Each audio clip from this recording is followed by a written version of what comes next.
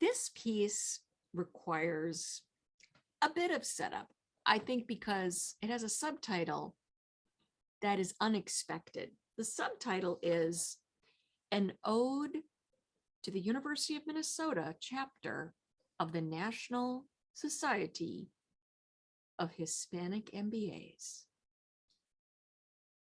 For 2 decades, I was a corporate somebody. Maybe we could say a semi somebody. And although I considered myself capital letter I for introvert, it did seem like I knew a lot of people. And this caused other corporates around me to see me as someone who was good at networking.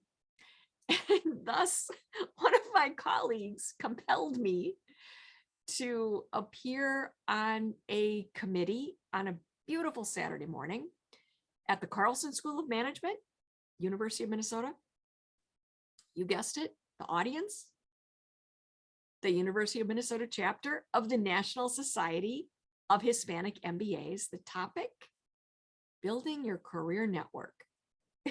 And yet, I couldn't help but wonder, in my own wacky way, how, sure, you bet, of course, interested in networking. Yep. But deep down, are you really interested to know, how do you reconcile the goofiness of yourself? How do you reconcile the goofiness of yourself? It's kind of a bummer. You are stuck with you all the time, 24/7. Not the idealized you, not the you that you aspire to be. No, you couldn't be that fortunate. No. You get the real you, all those mangy moving parts and the doubtful stuff and the raw hints of arrogance and show-offiness, coupled with a great trepidation and a multitude of misunderstandings about many things, such as what constitutes quality fine art versus a true masterpiece. That's right. You get the you who many times does not feel or come across as so smart.